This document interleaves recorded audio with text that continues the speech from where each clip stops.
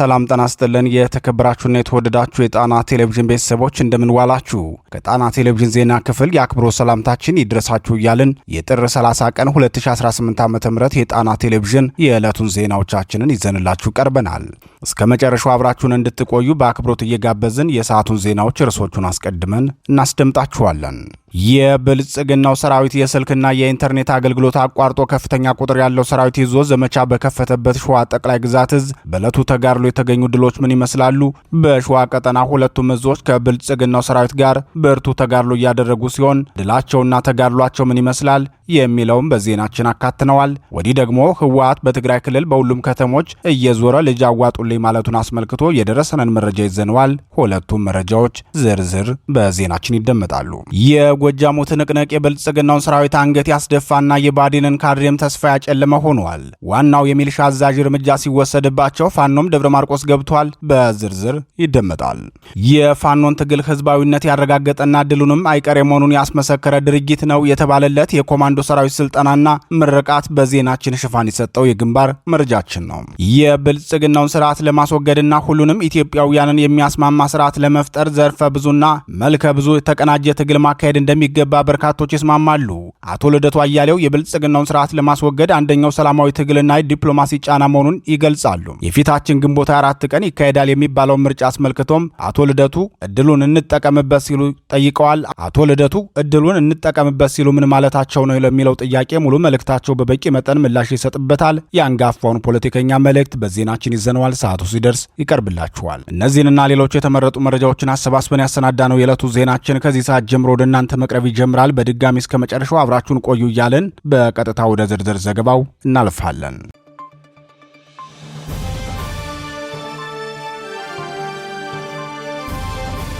ክቡራትና ክቡራን የጣና ቴሌቪዥን ደጋፊዎች የአማራ ሕዝብን ትግል ማዕከል በማድረግ ውግንናውን ለአማራ ሕዝብ ማዕከላዊ ኮዝ ዘላቂ ጥቅምና የተቆጠሩ ጥያቄዎች ያደረገው ጣና ቴሌቪዥን ትግሉ የገጠመውን የስትራቴጂክ አመራር ክፍተት እንዲሞላ ሕዝባዊ መሰረቱን አስጠብቆ እንዲቀጥል በማድረግና ሚዛናዊ የመረጃ ተደራሽነትን በጥራት በፍጥነትና በታማኝነት እያቀረበ የሚገኘውን የጣና ቴሌቪዥንን ለመደገፍ በርካቶች በምን እንደግፍ የሚል ጥያቄ ስታቀርቡልን መቆየታችሁ ይታወቃል።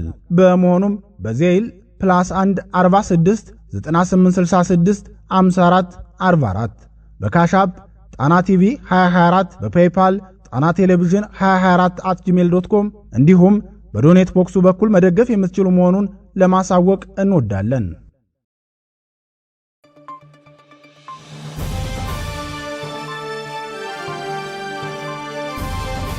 የሸዋው ትንቅንቅ ውሎ የብልጽግናው ስርዓት በሸዋ ቀጠና የስልክና የኢንተርኔት አገልግሎት አቋርጦ የከፈተው ዘመቻ በፋኖ ብርቱ ክንድ መመታቱ ታወቀም።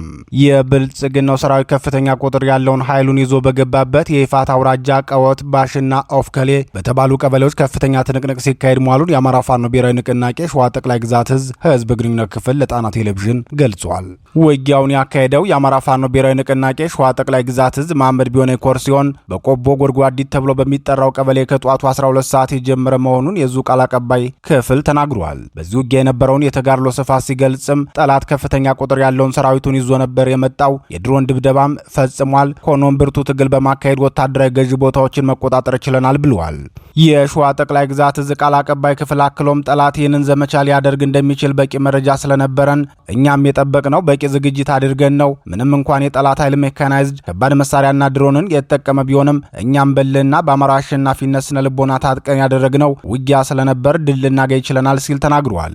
የብልጽግናው ስርዓት የአማራን ህዝብ ለዘላቂ ስቃይና ለበዛ መከራ ለመዳረግ ሁሉንም መንግስታዊ ተቋማትና መዋቅሮቹን ተጠቅሞ ከፍተኛ ዘመቻ የከፈተ ሲሆን የፋኖ መሪዎችን አጠፋለሁ የሚል ነው። ሆኖም የስርዓቱ ዓላማ የፋኖ መሪዎችን ብቻ ሳይሆን መላ አማራን ህዝብ ለማጥፋት መሆኑን የጣና ቴሌቪዥን ወታደራዊ ምንጮች ተናግረዋል።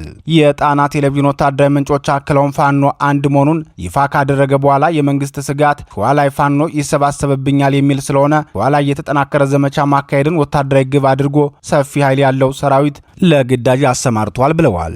በሌላ ዜና ከትናንት ጀምሮ ወደ ጠለምትና ወልቃይት አዲስ ወታደራዊ እንቅስቃሴ የጀመረው ህወሓት በትግራይ ክልል መደበኛ የጦርነት ቅስቀሳ እያደረገ መሆኑ ተሰምቷል። ህወሓት ዛሬም በተለያዩ የክልሉ ከተሞች ወጣቶችን ለጦርነት እየቀሰቀሰ የሚገኝ ሲሆን የአርሚ አዛዦችና ከዚህ በፊት በጦርነቱ የአካል ጉዳት የደረሰባቸውን ወታደራዊ አዋጊዎችን ጭምር መሰብሰቡን አስታውቀዋል። የህወሓት ጄኔራሎች በመድረኩ ካቀረቧቸው ሐሳቦችና ካወረዷቸው መመሪያዎች መካከል የትግራይ ህዝብ እንዳሁን ቀደሙ ለጦርነት ስንጠራው እንዲደርስልን ሁሉም ነዋሪዎች ወታደራዊ ዝግጁነታቸውን እንዲያረጋግጡ ሲሉ የገለጹ ሲሆን ከብልጽግናው ስርዓት ጋር የተደረገው የፕሪቶሪያ ስምምነት ሙሉ በሙሉ መፍረሱን መላው የትግራይ ህዝብና የህወሓት ታጣቂ ኃይል እንዲያውቁና እንዲቀበሉ ማድረግ እንዳለባቸው ለተሰብሳቢዎች ተናግረዋል። የህወሓት ጄኔራሎች በመድረኩ ያስተላለፉት ሁለተኛው መልእክታቸው ህወሓት አሁን እየተዘጋጀበት ያለው ጦርነት የትግራይ ሉዓላዊ ግዛቶች እስኪመለሱ ነው ሲሉ ተናግረዋል። ይህንን ሳናሳካ ወደ ኋላ የሚያፈገፍግ የትግራይ ህዝብ መኖር የለበትም በማለትም አሳስበዋል። ህወሓት ዳር ድንበሬ ብሎ በመድረኩ ካነሳቸው መካከል ከ30 ዓመታት በላይ በጉልበት ይዟቸው የነበሩት የአማራ ርስቶች ጠለምትና ወልቃይትን ነው። ለዚህ ደግሞ የአርሚ አዛዦች ለህወሓት ተዋጊዎች የስነ ልቦና ማጠናከሪያ ስልጠና እንዲሰጡ መመሪያ ወርዷል። በሌላ አቅጣጫ በራያ አላማጣ በየቀኑ ወታደራዊ ዝግጅት እያደረገ የሚገኘው የህወሓት ኃይል ዛሬም ከዛላምበሳና አዲግራት ተጨማሪ ኃይል ማራገፉን የዓይን እማኞች ተናግረዋል። ከአዲግራትና ዛላምበሳ የተነሱ በርካታ ተሳቢዎች የጦር መሳሪያዎችን ጭነው በመሆኒ ከተማ ትምህርት ጽሕፈት ቤት ቅጥር ግቢና በማይጨው ከተማ በሚገኘው ጥላሁን ግዛው ትምህርት ቤት ማራገፋቸውን ገልጸዋል። ተሽከርካሪዎቹ ከወታደራዊ ቁሳቁሶችና ከታጣቂዎች በተጨማሪ የውሃና የነዳጅ ቦቴዎችም ዛሬ ሌሊት ወደ ስፍራው መግባታቸውን የዓይን እማኞች ገልጸዋል።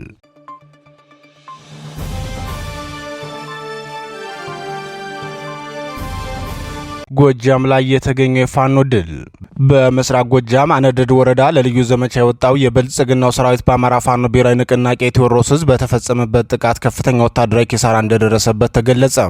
በተለያየ አቅጣጫ ወደ ፋኖ ቀጠና የገባው የብልጽግናው ሰራዊት በተፈጸመበት የጸረ ማጥቃት በርካታ ኃይሉ ሙትና ቆስለኛ እንደተደረገበት የአፋብን አጼ ቴዎድሮስ ህዝብ ግንኙነት መምሪያ ገልጿል። የብልጽግናው ሰራዊት መሽጎበት ከሚገኘው ናርጅና ውጋ ወረዳና የተለያዩ ከተሞች ተነስቶ በሶስት አቅጣጫ ከሌሊቱ 9 ሰዓት ወደ ፋኖ እያቀና በነበረበት ሰዓት በተፈጸመው የደፈጣ ጥቃት በርካታ ኃይሉ ሙትና ቆስለኛ እንደሆነበት ታውቋል። የብልጽግናው ሰራዊት ጥቃቱን ለመፈጸም የተንቀሳቀሰው ቀድሞ ባሰማራቸው መረጃዎች ጥቆማ እንደነበር ተገልጿል። በናርጅና ውጋ ወረዳ እነሚ የድጥ ቀጠና ላይ የነበሩ ፋኖችን እንቅስቃሴ የሚከታተል የመረጃ ቡድን ቀድሞ አስገብቶ እንደነበርና የመረጃ አካላቱ ባደረሱት ጥቆማ መሰረት በሚልሻና የወረዳው ካድሬዎች እየተመራ ወደ ቀጠናው የገባ መሆኑን ምንጮቻችን ተናግረዋል። በፋኖ አንድነት ድንጋጤ ውስጥ የገባውና የመከፋፈል አጀንዳውን የተቀማው የብልጽግናው ስርዓት እንቅስቃሴ ያደረገው የአማራ ፋኖ አንድነት መስረታንና ትግሉ የደረሰበትን ደረጃ የትግሉ ባለቤት ለሆነው የአማራ ህዝብ ገለጻ እያደረጉ መሆኑን በመረዳቱ ነበር። እነዚህን የፋኖ አባላት ለማጥቃት የመረጃ ክትትል ሲያደርግ የነበረው የብልጽግናው ሰራዊት በሌሊት ለማፈን እንቅስቃሴ አድርጎ የነበረ ቢሆንም የፋኖ ፈጣንና የማዳግም ጥቃት የብልጽግናውን ሰራዊት ዘመቻ ማምከን የቻለው ኦፕሬሽን መሰራቱ ተገልጿል። የብልጽግናው ሰራዊት በናርጅና ውጋ ወረዳ ጃማ የድጥ ቀበሌ በርካታ ሰራዊቱን አስገብቶ ሰፊ ቀጠና የሸፈነ ከበባ ፈጽሞ እንደነበር የገለጹት ምንጮቻችን በቀጠናው ገብቶ በከፈተው ተኩስ ፋኖ በትንሽ የሰው ኃይል ከፍተኛ ድል ማስመዝገቡ ታውቋል። ከሌሊቱ 9 ሰዓት ጀምሮ በተደረገው ውጊያ በርካታ የብልጽግናው ሰራዊት እርምጃ የተወሰደበት ሲሆን አብዛኛውም ከባድ ቆስለኛ ሆኖ መመለሱን ምንጮቻችን ገልጸዋል። ይህ በእንዲህ እንዳለ የአማራ ፋኖ ብሔራዊ ንቅናቄ አጼ ቴዎድሮስ 102ኛ ኮር አንበርና ቋት ከተሞች በመግባት በባዲ ሚልሻ ኃላፊው ላይ እርምጃ እንደወሰደበት አስታውቋል። 50 አለቃይቸው ሙሉ ዓለም የሚባል የቋሪት ወረዳ ሚልሻ አዛዡን እርምጃ የወሰደበት የአማራ ፋኖ ብሔራዊ ንቅናቄ አጼ ቴዎድሮስ ጌታነህ ያየህና ፈንታ አባይነህ የተባሉ የሚልሻ ኃላፊዎችን ደግሞ ከአንበር ከተማ ገብቶ ይዞ መውጣት ችሏል። በዚህ ብቻ ያላበቃው የ102ኛ ኮር የከተማ ኦፕሬሽን ደብረ ማርቆስ ከተማ በመግባትም የአድማ ብተና አሰልጣኝ የሆኑትን 100 አለቃ በየነ ጌትነት እና ሚልሻዎችን እርምጃ መውሰዱን አስታውቋል።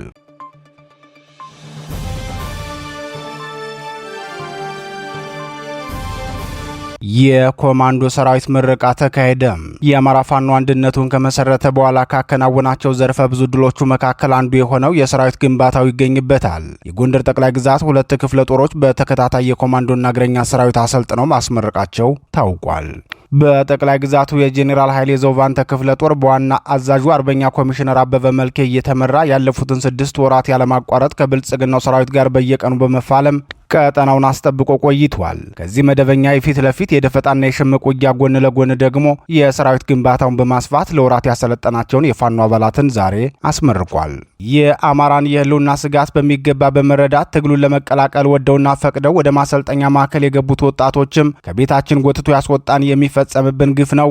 የጠላት እቅድና ጭካኔ ከቤትህ እንድትቀመጥ የሚያደርግ አይደለም። ከቤት መቀመጣችንም ላለመገደላችን ዋስትና አይሆንም። ምክንያቱም ትምህርት ቤትና ጸበል ቦታ የተገኙ የሚገኙ ወጣቶችን፣ አብነት ተማሪዎችንና አርሶ አደሮችን እንኳን በግፍ ከመግደል ያልተመለሰ ስርዓት ነው የገጠመን ሲሉ ተናግረዋል። ተመራቂዎቹ አክለውም እኛ ወደ ትግል የገባ ነው አማራን ለመታደግ ሳይሆን ራሳችንንም ለማዳን ነው። ፋኖ ካልሆን በጠላታችን መገደላችን የሚቀርልን አይደለም። ስለዚህ ራሳችንን ለማትረፍ ስንል የምናደርገው ትግል ነው በማለት የስርዓቱን ጭካኔና የመፍትሄ መንገዱንም ገልጸዋል።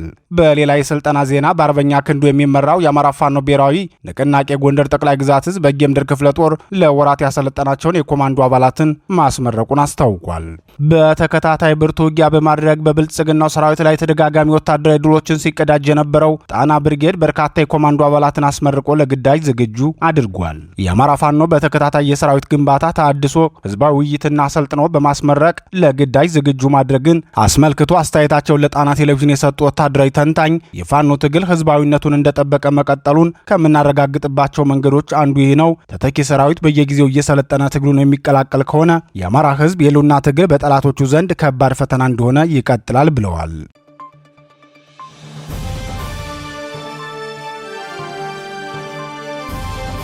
ከስሜታዊ ውሳኔ ወጥተን እናስብ። አቶ ልደቱ የብልጽግናው ስርዓት የፊታችን ግንቦት 24 ቀን አካሂደዋለሁ የሚለው ምርጫ አስመልክቶ በርካቶች የተለያየ አስተያየት እየሰጡ ሲሆን አቶ ልደቱ አያሌውም ዘርፋዊ ተሳትፎ አድርገን እንየውና በኋላ መወሰን ይኖርብናል እንጂ ምኑንም ሳንጀምረው ከምርጫው ራሳችን የምናቅብ ከሆነ ለብልጽግናው ስርዓት ምቹ ሁኔታን እንፈጥርለታለን ሲሉ ገልጸዋል። በ2018 ምርጫ ሚናችን ምን ይሆን በሚል አጠር ያለ መልእክት ያስተላለፉት አንጋፋው ፖለቲከኛ አቶ ልደቱ አያሌው በመልእክታቸው አንዳንድ ሐሳቦቻቸው ከአማራ ህዝብ ትጥቅ መር የሉና ትግል አኳያ የሚጣረሱ ሐሳቦችን ያነሱ ቢሆንም እንደ ፖለቲከኛ ደግሞ የብልጽግናውን ስርዓት በሌላ መንገድም ታግለን የምንጥልበትን እድል ማበላሸት የለብንም በሚለው አቋማቸው ላይ ማጠናከሪያ የሚሆን መልእክት አስተላልፈዋል። የአቶ ልደቱን መልእክት እንደወረደ ከዚህ በታች እናቀርብላችኋለን። በ2018 ምርጫ ሚናችን ምን ይሆን? በዚህ ዓመት በኢትዮጵያ የሚካሄደው ሀገራዊ ምርጫ እየተቃረበ ሲመጣ ተቃዋሚዎች በምርጫው ይሳተፉ ወይስ አይሳተፉ የሚለው ጥያቄ በሚጠበቀው መጠን ባይሆንም እንደተለመደው አከራካሪ አጀንዳ ሆኖ ብቅ ብሏል። በእኔ በኩል ርዕሰ ጉዳዩን በተመለከተ ያለኝን አቋም በተለያየ ቃለ መጠይቆች ደጋግሜ ከመግለጼ በተጨማሪ የግንቦቱ ምርጫ እድል ወይስ ዕዳ በሚል ርዕስ አንድ መጣጥፍ ከ2 ወር በፊት ማስነበቤም ይታወሳል። የያዝኩት አቋምም ተቃዋሚ ፓርቲዎች በምርጫው ለመወዳደር ሳይመዘገቡና ህዝቡ የመራጭነት ካርዱን በእጁ ከመያዙ በፊት አስቀድሞ ከምርጫው ሂደት ራስን ማግለል አገዛዙን የሚጠቅም በአንጻሩ የተቃዋሚውን ጎራ ትግል የሚጎዳ ከባድ ስህተት ይሆናል የሚል ነው። ይህ የኔ አቋም ተቃዋሚዎች በምርጫው ይሳተፉ ወይስ አይሳተፉ በሚለው ጠባብ የክርክር አውድ ውስጥ የሚወድቅ አይደለም። ምክንያቱም የኔ አቋም ከአጠቃላይ የምርጫ ተሳትፎ ራስን ማቀብን የሚቃወም ሲሆን የተጠና ዘርፋዊ ወይም ስትራቴጂክ ተሳትፎ ማድረግን ግን ይደግፋል። የተጠና ዘርፋዊ ተሳትፎ ማለት ደግሞ በሂደቱ ገብቶ መሳተፍንና የምርጫውን ሂደት ነፃና ፍትሃዊ አለመሆኑን በተግባር ሲረጋገጥ ከሂደቱ አቋርጦ መውጣትን ጭምር የሚያካትት ነው። ከወቅቱ የሀገራችን ተጨባጭ ሁኔታ አንጻር የተጠና ዘርፋዊ ተሳትፎ ማድረግ ከሌሎቹ አማራጮች የተሻለ ጠቀሜታ አለው ብዬ ስለማምን ተቃዋሚዎች በምርጫው ስለሚኖራቸው ሚና የሚቀርበው ክርክር በምርጫው ይሳተፉ ወይስ አይሳተፉ ከሚለው የጠበበ ክርክር ይልቅ ሚናቸው ዘርፋዊ ተሳትፎ ይሁን ወይስ አጠቃላይ እቀባ የሚል ቢሆን የተሻለ ይሆናል እላለሁ። ለማስታወስ ያህል ላለፉት 2 ዓመታት ስለ ዘንድሮ ምርጫ ዝግጅት በምጽፍበት ወቅት ተቃዋሚው ጎራ በአፈናም ውስጥ በሚካሄደው ምርጫ በመሳተፍ ቢያንስ አዲስ አበባን ካገዛዙ እጅ ለመንጠቅና ለሰላማዊ ህዝባዊ እምቢተኛነት ማካሄድ ምቹ መደላድል ለመፍጠር እንዲዘጋጅ ደጋግሜ አሳስብ ነበር። ነገር ግን ተቃዋሚው ጎራ ለጉዳዩ ተገቢውን ትኩረት ሰጥቶ ተገቢውን ዝግጅት ሳያደርግ ጊዜው ስላለፈና እድሉ ከእጃችን እንዳይመለስ ሆኖ ስላመለጠም የአዲስ አበባን ጉዳይ እንደ አንድ የሚጠበቅ ውጤት በዚህ ጽሑፍ ላይ አላነሳውም። ወደ አገሬ ተመልሼ ለመሄድ ሳስብ በነበረበት ወቅት የነበረኝ አንዱ እቅድ ኢዴፓን በሌላ ስም እንደገና በማቋቋም አዲስ አበባን ለማሸነፍ የሚያስችል ተጨባጭ ዝግጅት ለማድረግ የነበረ ቢሆንም እንዳልሄድ በመከልከሌ ምክንያት ምኞቴ ሳይሳካ ቀርቷል። ምናልባትም የመከልከሌ ምክንያት በዚህ ረገድ ምን ለማድረግ እየተዘጋጀን እንደነበር አገዛዙ ቀድሞ ማወቁ ይመስለኛል። የተጠና ዘርፋዊ ወይም ስትራቴጂክ የምርጫ ተሳትፎ አገዛዝን የመታገያ መሳሪያ እንጂ ተቀባይነት ወይም ሌጂቲሜሲ የማበላሸት ስልት አይደለም። የምርጫው ሂደት የተጀመረ ቢሆንም የሚገባውን ያህል በቂ ትኩረት አግኝቶ የውይይት አጀንዳ መሆን አልቻለም። በአብዛኞቹ ፓርቲዎችም ሆነ መገናኛ ብዙሃን ዘንድ የመወያ ርዕስ ሆኖ አየሩን የተቆጣጠረው እንዲህ አይነቱ ዘርፋዊ ወይም ስትራቴጂክ ርዕሰ ጉዳይ ሳይሆን መቋጫ ያጣው የጦርነት ዘገባ አታካቹ የመሪዎቻችን የንግግር ውዝግብና አገዛዙ ሆን ብሎ በየዕለቱ የሚወረውርልን አጀንዳ ሆኗል። ትግሉን ለአሸናፊነት በሚያበቁ መሰረታዊ ጉዳዮች ላይ ማተኮርን ትተን በዚህ ሁኔታ እስከመቼ ትኩረታችንን ውድ ጊዜያችንንና ጉልበታችንን በከንቱ እያባከን እንደምንቀጥል አላውቅም። የምርጫው ጉዳይ በቂ ትኩረት አለማግኘቱ እንደተጠበቀ ሆኖ በተወሰነ ደረጃ በጉዳዩ ላይ ውይይት በሚያደርጉት አካላት ዘንድ በስፋት ተቀባይነት እያገኘ የመጣው አመለካከት ከኔ አመለካከት በተጻራሪ ያለው ተቃዋሚ ፓርቲዎችም ሆኑ ህዝቡ ከወዲሁ ራሳቸውን ከምርጫው ሂደት ማግለል አለባቸው የሚለው የተለመደ አመለካከት ነው። በርከት ያሉ የተቃዋሚው ጎራ ደጋፊ የሆኑ የመገናኛ ብዙሃን ይህንን አስተሳሰብ በስፋት ሲያስተጋቡት እየታዩ ነው። በዚህም ምክንያት የምርጫውን ሂደት አንድ የትግል ሜዳ አድርገው በአግባቡ ሊጠቀሙበት የወሰኑ አንዳንድ ኢህአፓን የመሰሉ ተቃዋሚ ፓርቲዎች ያልተገባ ተቃውሞና ትችት ሲገጥማቸው እየታዩ ነው። የምርጫውን ሂደት አንድ የትግል መሳሪያ አድርጎ መጠቀም ካገዛዙ በስተቀር ማናችንንም የማይጎዳ ቢሆንም ያላሳማኝ ምክንያት አክርረን ስንቃወመው መታየታችን እግረ መንገዱን ስለ ሰላማዊ ትግል ያለንን ዝቅተኛ ግንዛቤ የሚያሳይ ይመስለኛል። በእኔ ግንዛቤ እንዲህ አይነቱ አስተሳሰብ ከሌላው ዓለም በተለየ በአገራችን ገዢ ለመሆን የበቃው የምርጫ ተሳትፎን የአገዛዝ የህጋዊ ተቀባይነት የማግኛ መንገድ ብቻ አድርጎ ከማየት የተዛባ እይታ በመነጨ ነው። በእርግጥም በተጠና ስልት የማይመራ የምርጫ ተሳትፎ ለአምባገነኖች የህጋዊነት ሽፋን ሆኖ ሊያገለግልና አገዛዝን የበለጠ የማጠናከር ውጤት ሊያስከትል ይችላል። በተቃራኒው በተጠና ስትራቴጂ የሚመራ የምርጫ ተሳትፎ አምባገነኖችን የማጋለጫና የመታገያ ታላቅ መሳሪያ ሆኖ የሚያገለግል ሂደት ነው። ጥያቄው እኛ ተሳትፏችንን በየትኛው አግባብ ልንተገብረው ይገባል ወይም እንችላለን የሚለው ነው። አዲስና ሁሉን አቀፍ የሆነ የሽግግር ሂደት ከማካሄድ ውጭ የገባንበት የፖለቲካ ቀውስ በምርጫ ግርግር አይፈታም። በ5 ዓመት አንድ ጊዜ የሚካሄድን የምርጫ ሂደት ለትግሉ መጠናከር በሚያግዝ አግባብ መጠቀም ያለመቻልና ምርጫ መቼና እንዴት መታቀብ ወይም ቦይኮት መደረግ እንዳለበት ያለመረዳት ችግራችን የምርጫ ፖለቲካ ከተጀመረበት ጊዜ አንስቶ የተቃዋሚው ጎራ የማይለወጥ ቋሚ ድክመት ሆኖ እስካሁን የቀጠለ ነው። ምርጫውን አስመልክቶ በእኔ በኩል የያዝኩት አመለካከት በቀላሉ ተቀባይነት እንደማያገኝ ወደ እርግጠኛነት በጠጋ መጠን ባውቅም ይህንን አይነት መጣጥፍ በድጋሚ ለመጻፍ የተገደድኩት ተቃዋሚዎች እንደተለመደው አገዛዙን የሚጠቅምና ትግሉን የሚጎዳ ከፍተኛ ስህተት ዛሬም እየሰራን ነው ብዬ በማመኔና በዚህም ምክንያት ከፍተኛ ቁጭት ያደረብኝ በመሆኑ ነው። በእርግጥም ምርጫውን ገና ከጅምሩ የማቀቡ ቦይኮቲንግ አካሄድ ለትግሉ ማጠናከርና ውጤታማነት የሚጠቅመንን አንድ ከፍተኛ እድል የሚያሳጣን የተሳሳተ ውሳኔ ነው ብዬ ከልብ ያምናለሁ። በፖለቲካ ሳይንስ ቋንቋ ተወዳዳሪ አምባገነናዊነት ኮምፒቲቲቭ አውቶሪታሪያኒዝም ተብሎ የሚጠራ ስርዓት ባለበት በማንኛውም ሀገር የሚካሄድ ምርጫ ነፃና ፍትሃዊ የመሆን እድል የለውም። በሀገራችንም የጠቅላይ ሚኒስትር አብይ አህመድ አረመኔያዊ አገዛዝ በስልጣን ላይ እስካለ ድረስ ነፃና ፍትሃዊ ምርጫ ሊካሄድ የማይችል መሆኑ አከራካሪ አይደለም። ጦርነትን ዋና የአገዛዝ ስልቱ አድርጎ የሚጠቀምና በፈጣሪ የተቀባው መሪ ነኝ ብሎ የሚያምን ግብዝ ሰው በስልጣን ላይ ባለበት ሀገር የሚካሄድ ምርጫ የገባንበትን የፖለቲካ ቀውስ የበለጠ ከማባባስ ባለፈ የሚያመጣልን የተለየ መፍትሄ አይኖርም። በአጭሩ የወቅቱ የሀገራችን ሁለንተናዊ የፖለቲካ ቀውስ አዲስና ሁሉን አቀፍ የሆነ የሽግግር ሂደት ከማካሄድ ባነሰ ሌላ አቋራጭ መንገድ ወይም የምርጫ ግርግር መፍትሄ ሊያገኝ አይችልም። ስለዚህ ምርጫውን አስመልክቶ በመካከላችን ያለው የወቅቱ የክርክር ጭብጥ ምርጫው ነፃና ፍትሃዊ ይሆናል ወይስ አይሆንም፣ ምርጫው ችግራችንን ይፈታል ወይስ አይፈታም የሚል መሆን የለበትም። የክርክሩ ጭብጥ የምርጫውን ሂደት ትግሉን በሚጠቅም አግባብ እንዴት እንጠቀምበት፣ ምርጫውን የማቀቢያው ትክክለኛ ጊዜ መቼ ነው የሚል ሊሆን ይገባዋል። በእኔ ግንዛቤ ተቃዋሚ ፓርቲዎች በምርጫ ተሳታፊነት ገና ሳይመዘገቡ ህዝቡም በመራጭነት ተመዝግቦ የመራጭነት ካርዱን ገና በእጁ ባልያዘበት ሁኔታ በምርጫው አጠቃላይ ሂደት ላይ እቀባ እንዲደረግ ከወዲሁ መቀስቀስ ከፍተኛ ስህተት ነው። እንዲህ አይነቱ ያልተጠናና በአግባቡ ያልታሰበበት እቀባ አገዛዙ በምርጫው ሂደት ላይ ምንም አይነት ጫና መፍጠርም ሆነ ምርጫውን ማጭበርበር ሳያስፈልገው ከአጃቢዎቹ ጋር ብቻ ተወዳድሮና በራሱ ደጋፊዎች ብቻ ተመርጦ በተሻለ ቅቡልነት ሌጂቲሜሲ የ5 ዓመት የአገዛዝ ዕድሜውን በቀላሉ አድሶ በስልጣን ላይ እንዲቀጥል እድል የሚፈጥርለት ይሆናል። ፉክክር የሌለበት ምርጫ አምባገነኖችን ያስደስታል እንጂ አያስከፋም። አገዛዙን ባለም አቀፉ ህብረተሰብና በኢትዮጵያ ህዝብ ዘንድ የበለጠ ቅቡልነት ልናሳጣውም ሆነ ሂደቱን ለውጤታማ ህዝባዊ ቢተኛነት መነሳሳት በአግባቡ ልንጠቀምበት የምንችለው የምርጫው ሂደት ተሳታፊ በመሆን ነው። በቅድሚያ በሂደቱ ተሳታፊ ሆነን ምርጫው ነፃና ዲሞክራሲያዊ አለመሆኑን በተግባርና በማያከራክር መጠን ካሳየን በኋላ ከምርጫው የድምፅ መስጫ ዕለት በፊት ባሉ ጥቂት ቀናት ወይም ሳምንታት ውስጥ ራሳችንን ከሂደቱ ማግለል ከቻልን በአገዛዙ ላይ ከባድ ተጽዕኖ መፍጠር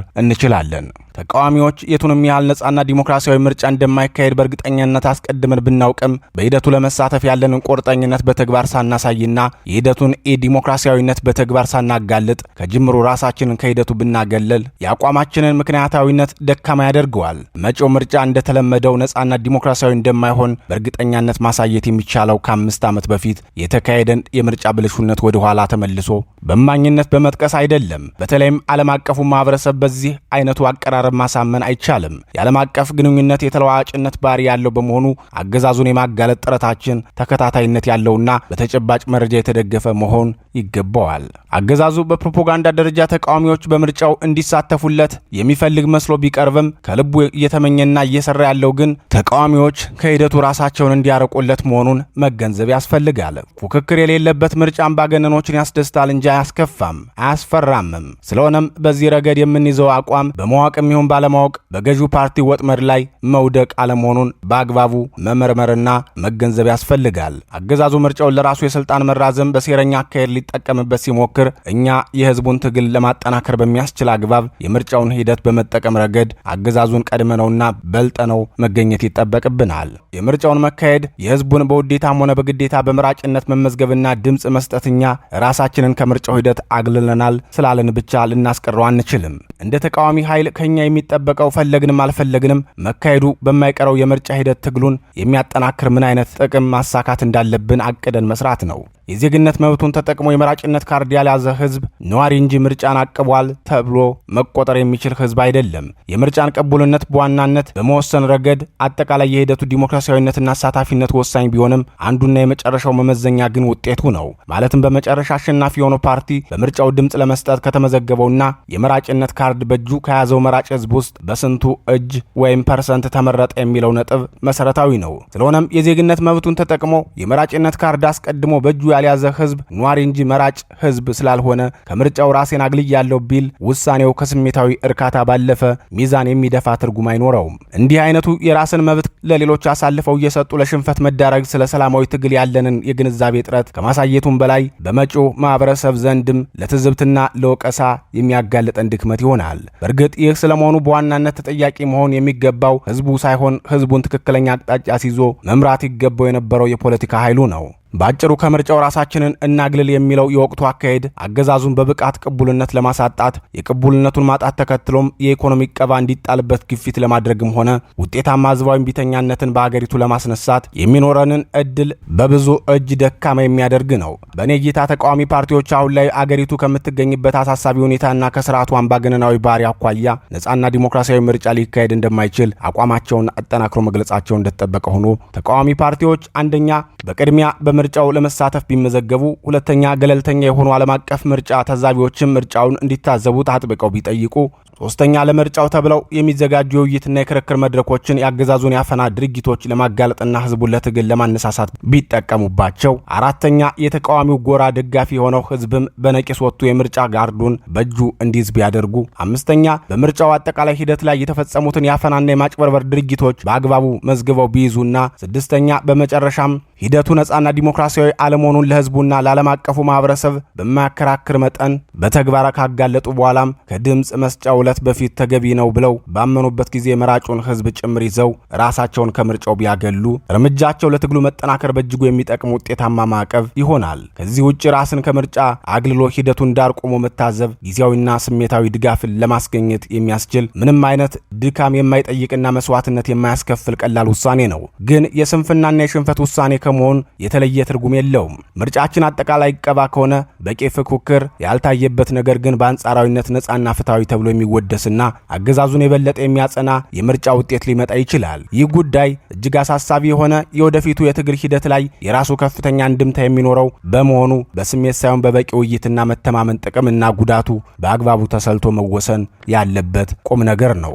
ስለሆነም ጊዜው ሳይረፍድና ነገሩ እንዳይመለስ ሆኖ ከመበላሸቱ በፊት ተቃዋሚ ፓርቲዎች በጉዳዩ ላይ አስቸኳይ ውይይት አድርገው በበቂ ምክንያት የተደገፈ ተገቢና ወደፊት የማያጸጽት አቋም ሊይዙበት ይገባል እላለሁ። በተለይም የሰላማዊ ህዝባዊ እምቢተኝነት ትግል ለህልውናችን መድህን ነው ብለን የምናምን የፖለቲካ ኃይሎች የምርጫውን ሂደት በአግባቡ ሳንጠቀምበት እንደዋዛ ከእጃችን እንዳያመልጥ ከፍተኛና ፈጣን ጥረት ማድረግ ይጠበቅብናል። ይህን ምርጫ አሁን በሚታየው አዝማሚያ ዳር ላይ ቆመን እየታዘብን እንደዋዛ የምናሳልፈው ከሆነ ግን በቂ ፉክክር ያልታየበት ነገር ግን በአንጻራዊነት ነጻና ፍትሃዊ የሆነ ተብሎ የሚወደስና አገዛዙን በውጭው ዓለም ጠንካራና ህዝባዊ ቅቡልነት ያለው ስርዓት መስሎ እንዲታይ የሚያግዝ የምርጫ ውጤት ሊያስከትል ይችላል። በመጨረሻም የአምባገነኑን ጠቅላይ ሚኒስትር አብይ አህመድን የአገዛዝ ዕድሜ ለሌላ 5 ዓመታት በቀላሉ አራዝሞ የሚጠናቀቅ ምርጫ እንደሚሆን ጥርጥር የለኝም። እንዲህ አይነቱ ውጤትም የህዝቡን የትግል ሞራል ከመጉዳቱም በላይ ግጭትንና ጦርነትን የበለጠ በማባባስ የአገሪቱን ህልውና የበለጠ አደጋ ላይ ይጥለዋል። እዚህ አይነቱ ውርደትና አደጋ ሊታደገን የሚችለው የምርጫ ሂደትን በዘፈቀደ ማዕቀብ ሳይሆን ወደ ውጤታማ ህዝባዊ እምቢተኛነት ሊያሸጋግረን የሚችልና በአግባቡ የተጠና ዘርፋዊ ወይም ስትራቴጂክ የምርጫ ተሳትፎ ማድረግ ነው። ልደቱ አያሌው ጥር 30 ቀን 2018 ዓ.ም።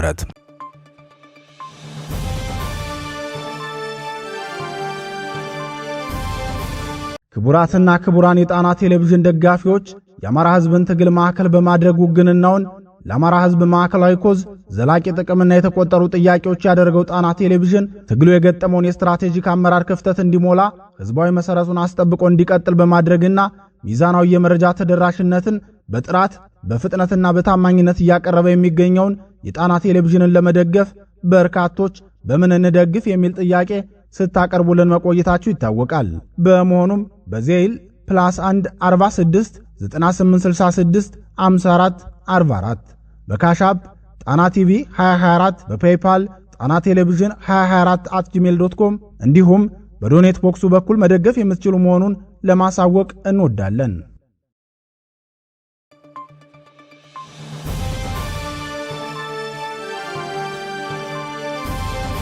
ክቡራትና ክቡራን የጣና ቴሌቪዥን አድማጭ ተመልካቾቻችን ዜናችን የተከታተላችሁትን ይመስል ነበር። በዚሁ ተሰናበትን። ጤና ይስጥልን።